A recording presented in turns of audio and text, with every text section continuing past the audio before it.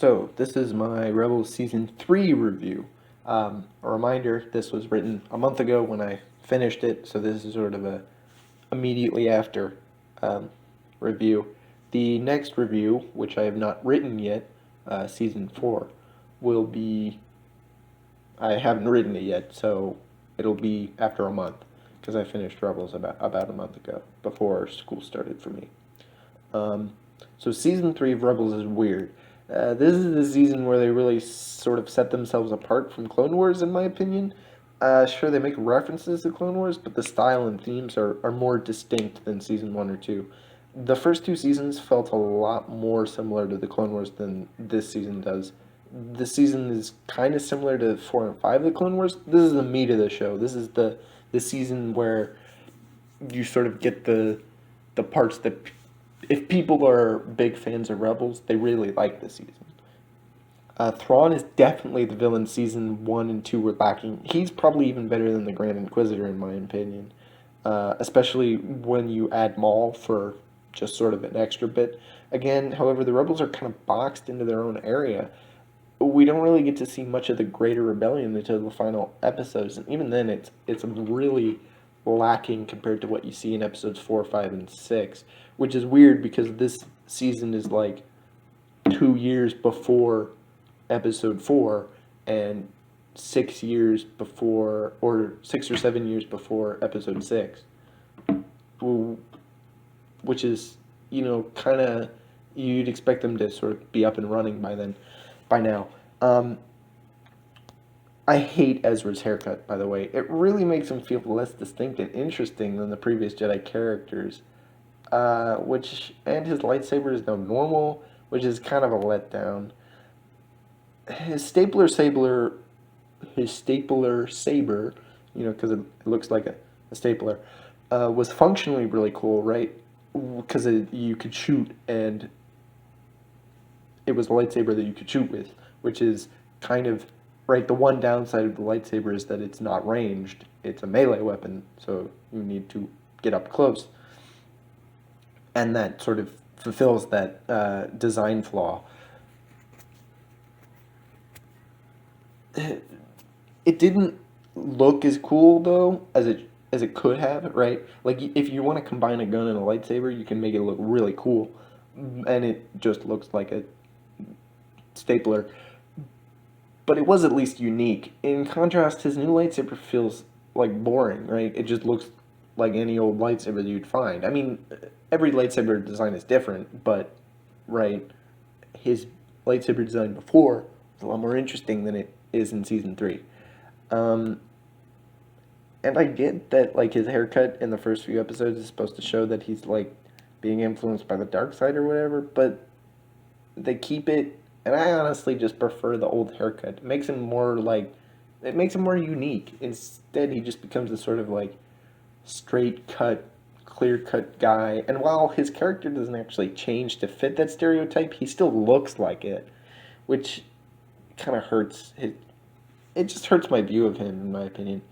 Um, the backstories are kind of all finished for this season, so there's more focus on development for characters, which is good, especially Ezra and Sabine. The Mandalorian stuff is very interesting and good, and a good sort of side bit. But I kind of wish there was more of it. There's like one or two, maybe two arcs. I think Clone Wars actually has more Mandalorian stuff, even without the final season. In contrast, Ezra's developed a ton this season. He has a dark side arc and a lot of development between him and Kanan. Yeah, there's more stuff with the other rebels, but the rebellion still doesn't feel like an actual force, which I dislike. It's sort of they should be not equivalent to the Empire, but they should be like competition, and it doesn't feel like that. There's some references to Death Star stuff, which I really like. I like the episodes that, especially, knowing behind the scenes that there's a rivalry between director Krennic and Thrawn, which is never directly stated in Rebels, but it is in there. You can tell. It's kind of interesting that no other Inquisitors or Purge troopers show up to kill Kanan and Ezra, but in my head, I imagine the program has either been discontinued or had funding cut to pay for the Death Star or Thrawn's TIE Defender program. Especially considering there appears to be almost no Jedi left, it makes sense that the program would sort of be a victim of its own success.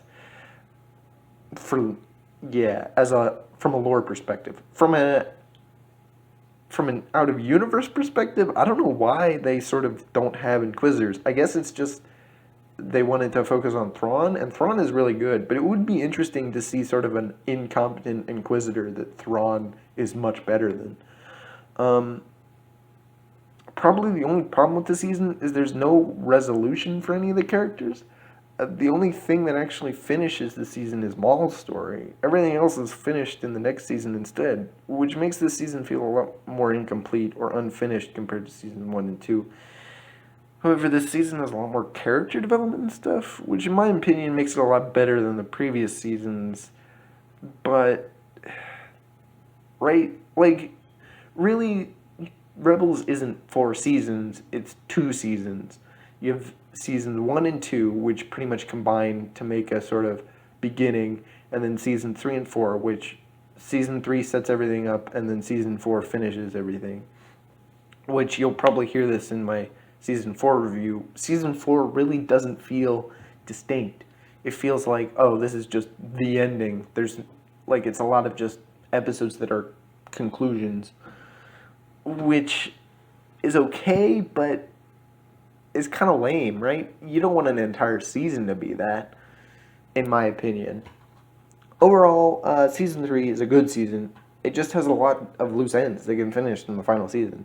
I give it a 9.25 out of 1. Best season so far, in my opinion. I don't know how I'm going to rank season 4 compared to season 3, but season 3 is definitely better than seasons 1 and 2, right? Like, it's distinct, right? The show goes from being sort of a Clone Wars, not copycat, but almost copy, to being its own, like, distinct, right? Which is very good and essential to a long-term health of the show, which is kind of sad that they just canceled it right then. But there is space there. I keep mentioning this. There's a lot of space to have more Rebels if people want it. I don't know if they'll ever do that, but I don't know if I want them to do that. It's one of those things where it's like, is that really a good space? Is it the best space that they? Anyway, this is the best season so far.